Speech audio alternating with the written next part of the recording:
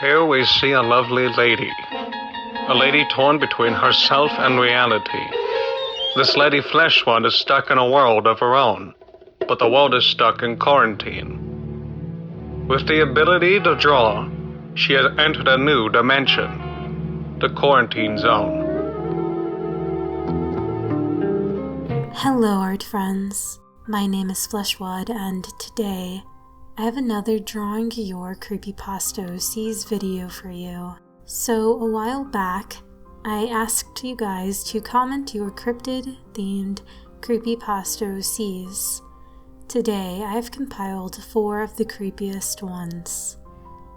Before we get started, I am trying a different-ish style this time around, a more semi-realistic style that is less lined-based, so I hope you all won't mind. One last thing, if you are interested in this series and want a chance to have your creepypasta OC or story read or drawn by me, these are the rules. At the end of the video, I will tell you the next theme. As every video is theme-based, you must comment your story in the comment section of this video. No direct messages. Your story must have a description and the story in the same post. No multiple posts. You can comment your story on multiple videos as long as it fits into the theme. If you have any questions, please leave them below. Let's get started. Our first cryptid-themed creepypasta was submitted by Moss and is titled The Bells of Willow Park. The Bells of Willow Park. It was just a legend. It seemed to be only a legend. We all thought it was, but we were wrong. I should explain more about the bells now. The bells... No, they were what seemed to be bells that rang randomly around Willow Park. But they were never seen or stopped. They never got far from us, only what seemed close to us. The bells were always ringing when we walked away, but when we could leave Willow Park, they stopped. I remember one of them. I remember how they looked like their body had bells strapped to their torso. They had no eyes, just a gaping mouth with sharp teeth. They had burn marks on their legs. No, they were roots. They stood still. I did not make a sound. They moved their head around. A branch-like tongue escaped their mouth and it moved around. It was so close that I saw dry bloodstains on it. It was nearly reaching my arm, but it stopped, and it moved quickly into a tree. It had stabbed a squirrel and ate it, crunching its bones, and their bells rang again. I remember seeing them stop and shoot its branch-like tongue at another squirrel, and then they finally left. I remember passing out. I just remember being in the park's entrance. I was still alive. I saw an ambulance out of the corner of my eye, and I saw another kid inside it while their parents were crying. I was not hurt. I was just bruised. I'm interested in the bells.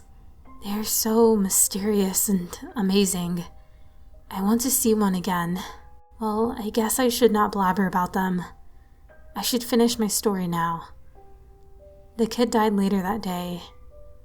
My mother was so worried about me.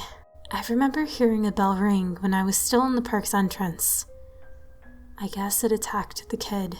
I stopped writing and left my notebook on my desk. Today is the day. I shall see one again. But then, I heard a bell ring. It followed me.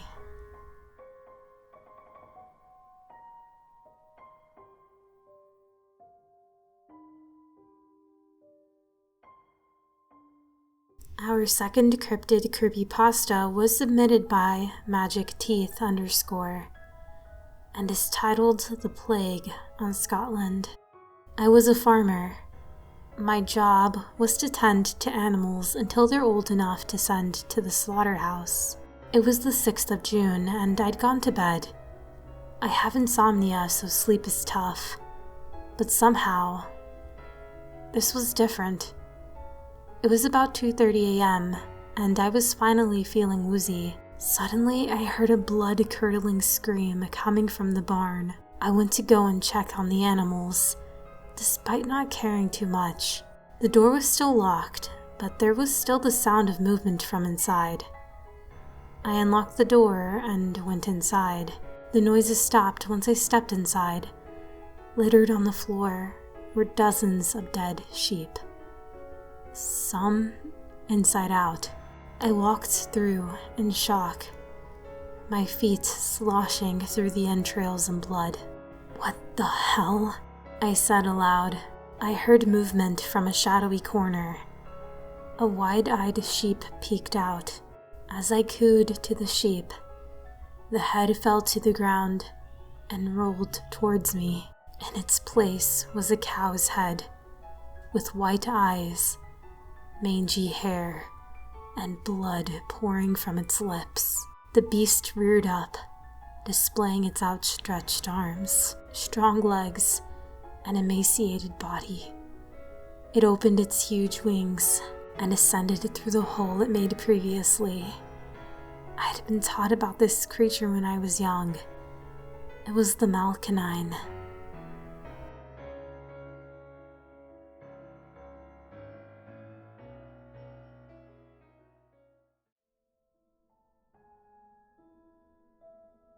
And our last Creepypasta OC was submitted by Twilight Star Sparkle.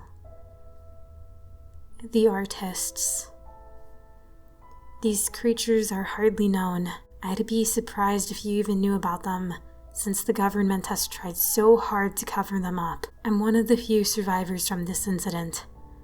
The Wolf and Phoenix incident. As you all know, with our human biology changing with the constant intake of light from our screens, our pupils have shrunk, and therefore we are more susceptible all throughout the day, because it's not like we can tell whether it's day or night anymore. There come the AR glasses. AR is an acronym for augmented reality, and these glasses help us get through the day by replacing the glass with screens, so we can experience the world like past generations. But one day, the screens refused to change the day from night. Suddenly the signal was lost on our phones, and even though the glasses were connected to our phones, the time could be noon and it looked like midnight. Then these things started showing up. They knew that we could only see the world as nighttime, and they were attracted to the light, which just dwindled our chances of survival. They looked like us. They were skin and bones with glowing white eyes, dripping with this oil-like substance that could short-circuit any device. But they were immune to electricity.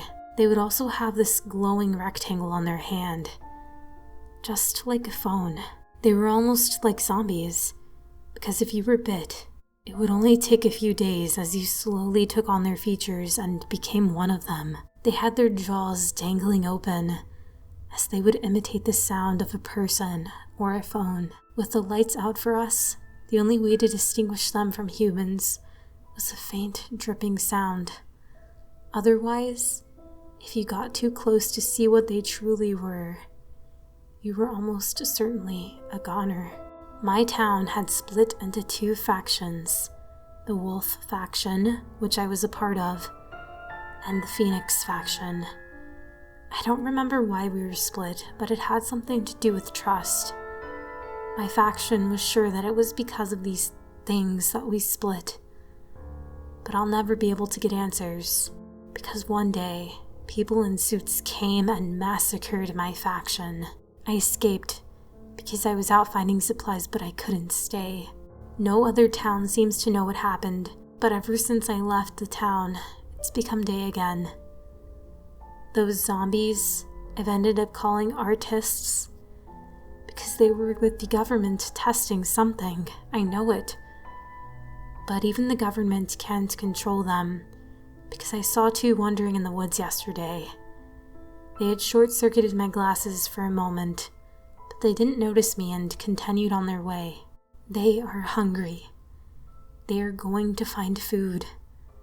And they are augmented reality testing instincts and survival tactics. And that is all of the stories I have for you today. I hope we were able to creep you out a bit. Once again, thank you to everyone who submitted a story and patiently waited throughout my hiatus. If you'd like to be featured in the next video, our next Creepypasta theme will be a freebie. No theme, just comment your stories. And make sure they're creepy. Oh, and please leave a suggestion for what you want the next theme to be. Remember, if you liked the art in this video, please click the like button and subscribe if you haven't. Thank you so much for watching, art friends. Until the next video. Bye.